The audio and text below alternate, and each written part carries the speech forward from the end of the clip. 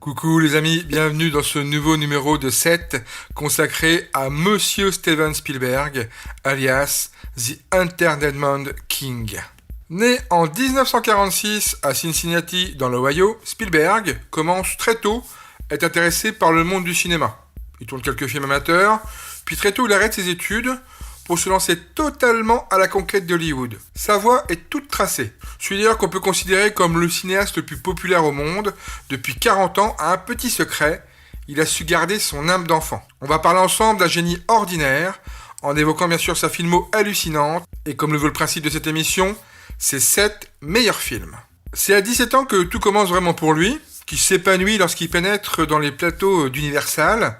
D'ailleurs, il squatte un bureau vide, présente ses réalisations en Super 8 à des cadres de studio, parvient même à l'époque à rencontrer Alfred Hitchcock, il déjeune carrément avec Cary Grant, il a absolument tous les culots. D'ailleurs la chance va lui sourire en 68, puisqu'un propriétaire de labo lui prête $10 000, et il réalise ainsi son premier court-métrage professionnel. Le nom de l'œuvre, Amblin, qui séduit le patron d'Universal Studios, Sid Sheinberg, qui décide de l'engager. Celui-ci se fait les dents sur un épisode de Columbo, avant d'exploser en 1971 avec Duel. Conçu comme un téléfilm, cette traque d'un automobiliste par un camion fou, finalement, terminera en salle. Le premier succès d'une très longue liste. D'ailleurs, avant de vous donner les 7 meilleurs films, à mon goût, de Spielberg, voici ceux qui sont passés très très proches d'être dans le top. Le sublime et mélancolique La couleur pourpre, le magique Rencontre du troisième type, d'ailleurs vous ne mangerez plus jamais de la purée pareille après avoir vu ce film, l'excellent Arrête-moi si tu peux, évidemment Il faut sauver le soldat Ryan, ainsi que le film magnifique qui a révélé Christian Bale à son époque, L'Empire du Soleil, et enfin plus dernièrement, l'excellent divertissement Ready Player One. On va attaquer maintenant ce top avec bien sûr une petite pause avant d'attaquer le podium tout à l'heure, où je vous donnerai des infos et des anecdotes peu communes sur ce réalisateur de légende. Allez, on retrouve à la 7ème position un film sorti en 2005, La Guerre des mondes. Voici un film catastrophe qui impressionne techniquement et visuellement. Sur un plan dramatique, il est superbement construit. Tom Cruise se donne, comme à l'accoutumée, sans compter au niveau physique, mais surtout il apporte une vraie touche d'humanité et de sensibilité dans un spectacle total qui nous cloue littéralement à notre fauteuil. C'est l'exemple type du Spielberg qui réussit un divertissement spectaculaire. Je retiendrai notamment ce magnifique plan séquence sur l'autoroute qui crée une tension de dingue. On poursuit pour trouver en 6ème position un long métrage sorti en 1982, E.T. l'extraterrestre. Bon là on est en présence d'un grand classique intergénérationnel. E.T. c'est un film enchanteur, un grand film sur l'enfance, un conte de fées moderne qui n'a pas pris une seule ride. D'ailleurs bravo ici à Spielberg qui donne raison à l'enfance contre l'adulte, à la poésie contre la réalité et qui nous rend profondément heureux pendant près de 2 heures. Plus personnellement et avec un peu d'humour, je rappellerai quand même que c'est un personnage qui n'arrive pas à rentrer chez lui, qui se bourre à la bière, qui se déguise en vieille, fait des cascades en bicross, ça ressemblerait plus à un scénario à la Very Bad Trip. Je vous offre à la 5ème position un film sorti en 2002, Minority Report. Philip K. Dick, l'auteur à qui on doit bien sûr Blade Runner et Total Recall, offre ici à Steven un matériau pour créer un film retors et délicieusement subversif. Ça lui permet de recréer de façon époustouflante un monde futuriste où la technologie fait jeu égal avec la psychologie. On a beaucoup de suspense, de rebondissements pour un Tom Cruise encore une fois excellent dans la peau du héros traqué. Vraiment du très grand art. On change de tout au tout avec un film sorti en 1993, l'inoubliable La Liste de Schindler. Bon là, Spielberg mise bien sûr sur l'authenticité, on en sort vraiment abattu et empli de compassion. Voici du cinéma dans ce qu'il a de plus essentiel, de celui qui donne des envies de fraternité. Parmi les scènes marquantes, bien sûr, celle de la petite fille en rouge, dans ce qui reste un film indispensable. On fait une petite pause dans ce top comme promis, avec maintenant les anecdotes, de quoi briller en société. Savez-vous par exemple que Steven est le parrain de 2 grandes actrices, Drew Barrymore et Gwyneth Paltrow, et que le gaillard a obtenu sa licence de cinéma en 2002 puisqu'il a repris ses études à l'âge adulte, 30 ans après la fac. Bon, qu'on est en position de force, comme l'est souvent Spielberg, on a de nombreux projets qui passent sur son bureau. Il a d'ailleurs refusé Spider-Man, qu'a finalement réalisé Sam Raimi, mais a lui-même été évincé de la réalisation du premier Harry Potter. Tout simplement parce que J.K. Rowling ne voulait pas de Haley Joel Osment pour le premier rôle. Il s'est rattrapé et le fera tourner quelques années plus tard dans AI, Intelligence Artificielle.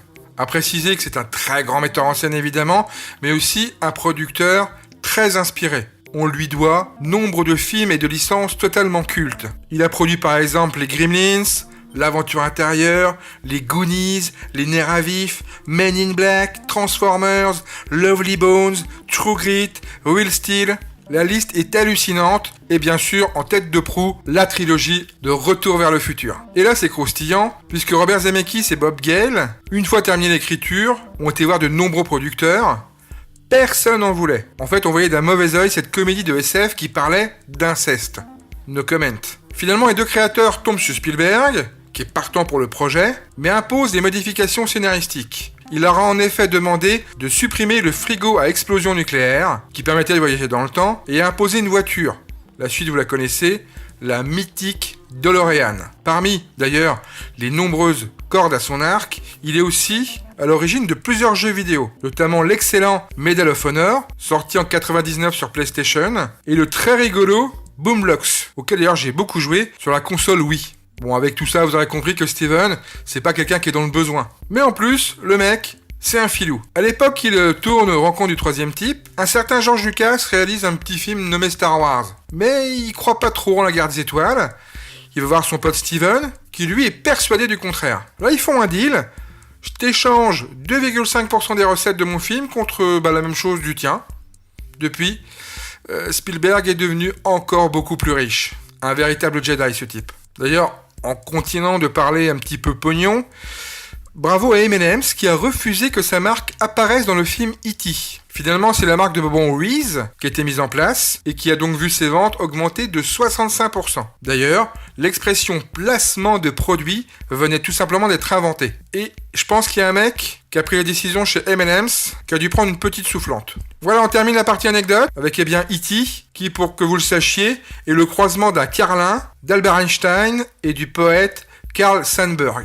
Ça s'invente pas. J'espère que vous vous êtes régalés et que ça vous donne plein de billes pour frimer un petit peu devant vos potes. Allez, on poursuit avec le podium, avec un film sorti en 1975, Les Dents de la Mer. Jaws réussit le tour de magie de se placer à la frontière du réalisme et du fantastique, où une histoire naturelle tend à devenir une fable mythologique. Spielberg fait preuve ici, encore une fois, d'une maîtrise parfaite sur le plan technique, et cela avec très peu d'effets, ce qui décuple leur portée. Voici un bijou, sobre, précis, efficace. Et pourtant, à la sortie du film, Spielberg était malheureusement beaucoup dans le doute, et c'est alors que son grand ami John Williams lui a composé les fameuses notes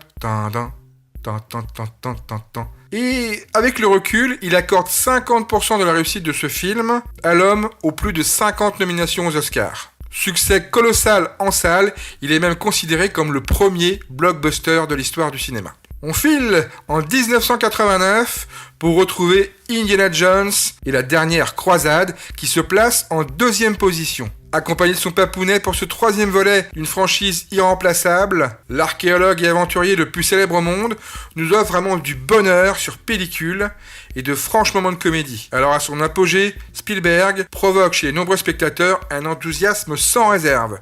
C'est drôle, inventif, palpitant, un spectacle de tous les instants que malheureusement on n'en fait plus et qu'on a toujours beaucoup de plaisir à redécouvrir. Enfin, on arrive à la première position. Évidemment, c'est un choix subjectif.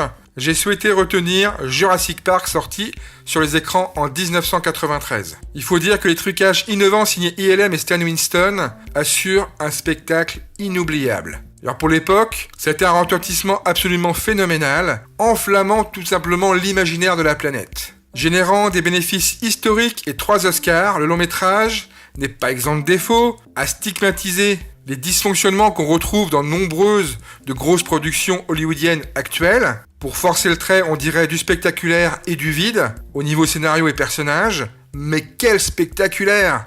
Après tout, si on s'enferme dans une salle de cinéma avec des inconnus pendant 2 heures, c'est dans le but de voyager, de rêver, de partager une expérience commune qui nous aura transportés. Et que celui qui n'a pas tremblé de plaisir devant ce verre d'eau me jette la première pierre. En tant que cinéphile, soyons conscients de la vacuité du 7e art, qui est un peu conçu dorénavant comme une planche à billets par nombre de producteurs. Combattons-la, mais sachons en parallèle garder notre émerveillement et remercier des messieurs comme Steven Spielberg, qui savent me redonner mes yeux de gosse quand je vois des dinosaures reprendre vie sur grand écran et exploser les enceintes de mon home cinéma. D'ailleurs, la fameuse attaque du T-Rex a été longtemps ma scène de démo quand j'avais des amis de la famille qui venaient à la maison. Nos tympans se régalent. D'ailleurs, pour finir, petite anecdote, faux raccord. Clin d'œil d'ailleurs à l'émission d'Allociné que j'adore. Avec le T-Rex qui passe devant la voiture. Petit plan de coupure. Et là, mystérieusement, il se retrouve de nouveau à droite. Peut-être la magie du cinéma, tout simplement. Nous voici arrivés à la fin de ce numéro consacré à un demi-dieu vivant du cinéma, alias Steven Spielberg. J'espère que je vous ai donné envie de redécouvrir cette filmo hétéroclite et incroyable. Si vous avez aimé, évidemment, un petit pouce bleu. N'hésitez pas à vous inscrire à la chaîne. À débattre si vous n'êtes pas d'accord avec mon classement, mes choix. 7, à vous de jouer, j'ai envie de dire. On conclura avec cette phrase de Spielberg de 2016. Des deux côtés de la caméra, nous sommes tous des enfants. Ciao! Et à bientôt pour un nouveau numéro de 7.